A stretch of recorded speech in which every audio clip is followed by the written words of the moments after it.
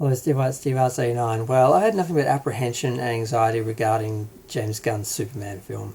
Now, I was okay with them rebooting it first until I found out it was James Gunn, because I didn't totally love the Snyder films, but I did like how he treated the characters with respect. I just felt they needed a different story, maybe a different director, and I didn't think they needed to reboot the whole thing. But then I thought, well, maybe we'll get something better. Then I found out James Gunn was going to be in charge of it, and I thought, oh no, he's the wrong person for this. He doesn't get superheroes. He thinks they're all a joke. His universe is all dark and cynical and juvenile and full of rock music. And I'm just like, that was fine for Guardians of the Galaxy. They were establishing a brand for them. But to try and do that with Superman and Wonder Woman and other characters, I thought, no, this is going to be a nightmare. And nothing I saw that he said contradicted that. It looked like he was just going to make them all into Peacemaker. And I was really just dreading the whole thing. But then a couple of things happened. Now, first off, we got the poster, but posters can be totally manipulative and deceptive and don't really show you anything about the film.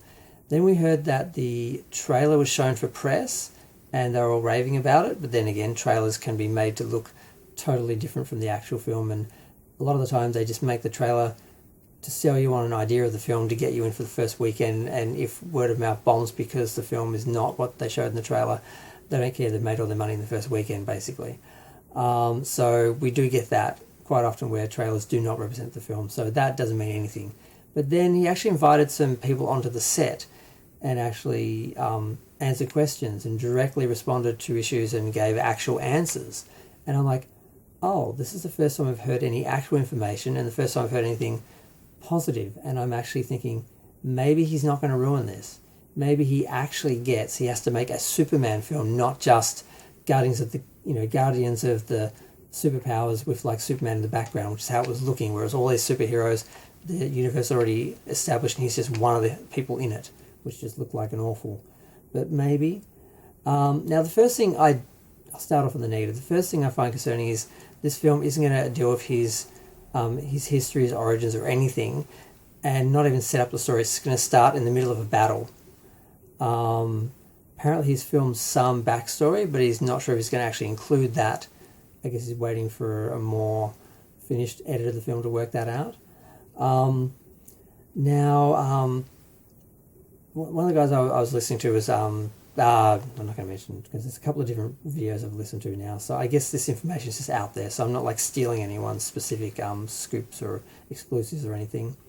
But one thing they're raving about is the big action. Like, I'm going from the least impressive to sort of the more interesting facts. And well, that just goes without saying. And they're talking about, well, we're going to have drones photographing him flying and having battles in the air. I'm like, you're still green screening and he's attached to everything, so I'm not quite sure. It's not like you're filming like a jet. Like they're talking about Top Gun and how they film the real jets with drones and everything. And I'm like, that doesn't really apply. He's not really flying. That just seemed like PRBS, but okay. But he did point out he understands that this is actually fantasy. There has to be hope and fun, and these are real superheroes in an established world, but and it's all very surreal, but it still has to be believable and fantasy, and people want to be there. He seems to actually get that he has to actually have a different tone and a different way of looking at this. He said it's not going to be jokey, there's no rock music, there's a couple of songs, but there is an actual score, not a soundtrack of rock music. So he seems to have actually realised, I have to make a Superman film, not just make my superhero, just my regular superhero films and have Superman in it. So that's the first thing that gave me hope. I'm like, he actually understands there's an actual difference between a Superman film and a Batman film and all these things, and he has to actually have all these brands and characters with their own feel, and the films have to be different. It's not just all Guardians of the Galaxy and all Suicide Squad, which is what I was thinking he was just going to do. Now onto the costume. I'm happy to hear this because I was happy that they put the trunks back on him until I saw them, but then I'm like, still it's better than none. And when they were going through that, he explains how that happened. Basically, they were doing all the costumes. He wasn't impressed. He didn't want to go with the trunks. But then someone was talking to, I think, is it David Cornsweet? I can't believe he's got that last name. He should have changed it. Just Cornsweet. I don't know. Maybe he knows. But I don't know how you can take this guy seriously as a star because of his name, and I can't imagine Superman David Cornsweet. I just can't see the titles. Please have the titles after the film, but because his name's a joke. But what he said was interesting. He said he was trying to reason this, and someone I think in the costuming department explained to him, or someone explained to him, Superman knows how powerful he is. He knows how intimidating he is. So in order to not be threatening, he dresses like a wrestler. He dresses like a stereotypical superhero because he wants people to see him that way and not see him as a threat or dangerous or sexy or something. So, and I'm like, that makes perfect sense.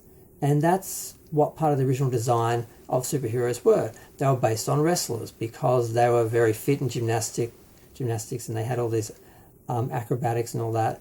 And they had these costumes that were form-fitting, so they'd move them, but then had the shorts for, modesty, and just sort of tighten them up a bit. And that's how the superhero look happened.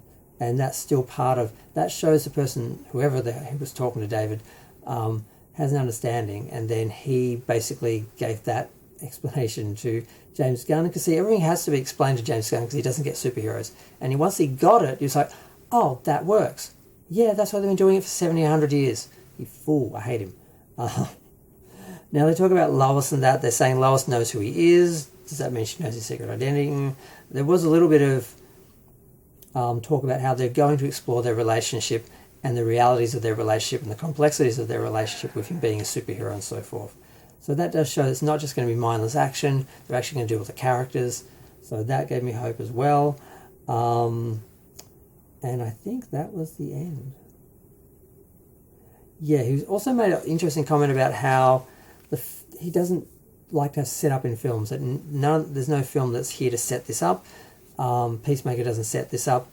This doesn't set up Peacemaker. Basically, the films are going to stand alone, stand by themselves, and have continuity, but not sort of be just one thing propping something up, which has been one of the problems with some of the Marvel films. The whole films that just seem to be set up for a trilogy or another film or an overall bigger story or something. So that's again promising. So I've heard a bunch of promising things. So now I'm like, okay, maybe he's not going to ruin this. Maybe it's not going to be a disaster. Maybe has gotten a clue. He's listening to people. And we've got a proper score from John, I think it's Mangold, is it? Or, I can't read my own writing. But you all know who's doing it. But yeah, so I'm feeling a bit more optimistic now. And thank God this is not going to be trash. It may not be good. It may not be as good as the Donner ones. They may not be able to attract people. They may not be able to relaunch the DC universe, and maybe the last film. He said it's a standalone film, and if it doesn't work, that's it. If it does, they've got places to go, but if it doesn't work, it'll be a standalone film, and DC will be done. It'll probably be treated like an Elseworlds film, and they'll create another universe when they reboot again in the near future. But I'm still talking. It's 8 minutes, and my stomach is rumbling. I don't know if you heard that. It's embarrassing, but maybe didn't read. I'm going to go. Feel free to share, like, comment, subscribe. Let me know what you think of the news of the trailers, the poster, and the positive reviews and interviews. So I'm feeling better about this, and I just had to talk about it because I've done a few really negative videos and people have been really attacking me, and I'm like, well, we've seen nothing to contradict what I'm saying, but now we have, so I have to acknowledge that. So because I don't want to be one of those people who just doomcocks my way through it like, it's going to be the worst no matter what, because I'm not making any money out of this. I'm going to go. Bye.